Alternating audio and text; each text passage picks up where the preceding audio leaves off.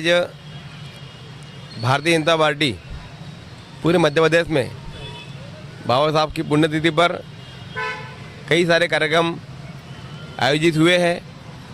उनको श्रद्धांजलि, उनके मार्ग पर चलने की आवश्यकता आज समाज को है। भारतीय जनता पार्टी उनके एक एक शब्द, उनके कहे एक एक शब्द को आत्मसात करती है और हमारे कार्यकर्ताओं को भी प्रेरणा देती है कि बाबा साहब के जीवन से प्रेरणा ले और उनके बताए मार्ग पर चले, उनके संविधान के हिसाब से, उनके कानून के हिसाब से उनका पालन करें और बाबा साहब को निरंतर याद करते हुए हम लोग उनके बताए मार्ग पर उनके किए गए कर्मों के आधार पर हम लोग भी समाज का नव निर्माण करें, ऐसी प्रेरणा हम लोग उनसे लेते हैं। पूरे समाज में बाबा साहब के नाम से भारतीय जनता पार्टी कार्यकर्ताओं में बड़ा उत्साह होता है और हम हर साल बाबा साहब के पुण्यतिथि पर उनके प्रतिमा माल्यार्पण करने आते हैं।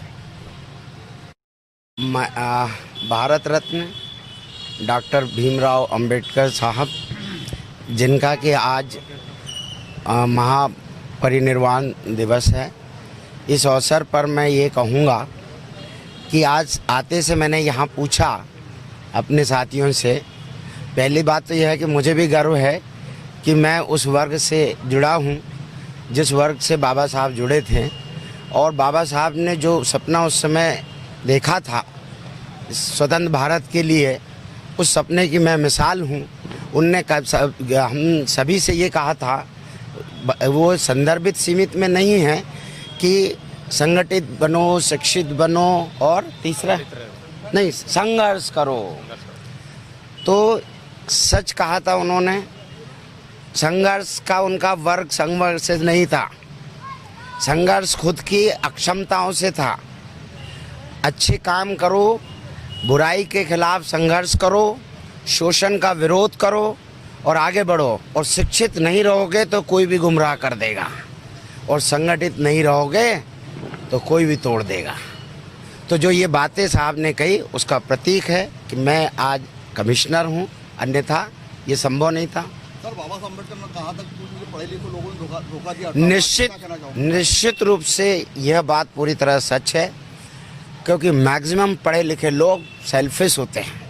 आज भी जहाँ शिक्षा है या ग्रामीण लोग हैं, उनमें एक दूसरे की मदद की जो भावनाएं होती है, अपने समाज को, समुदाय को आगे बढ़ाने के जो भाव होते हैं, वो इस समाज में बिल्कुल नहीं थे। बाबा साहब ने ये बात विशेषकर अपने दलित वर्ग के उन शिक्षित पढ़े लिखे भाइयों के बारे में कहा था जो उनकी अपेक्षाओं पे खरे नहीं उतरे थे। सर, आपने संगठन की बात करी, लेकिन आज तो हजारों संगठन पैदा कर दिए। सबसे गलत बात यही है, ये राजनीतिक महत्वाकांक्षाओं और प्रेशर ग्रुप बनाने के लिए ये समाज को कई टुकड़ों में बांटा गया। संगठनों में संगठन बाबा साहब के नाम से देश में करोड़ों लाखों संगठन है, और संगठन की एकता और क्षमता नहीं है। इसके लिए मुझे क्षमा कीजिए, मेरा ये दायित्व नहीं है, ना मेरी ये हैसियत है कि मैं ये इसके बारे में कुछ कहूँ। लेकिन परंतु बहुत सारे राजनीतिक दलों की भी ये चाल हो सकती है कि इनको संगठित ना होने दें।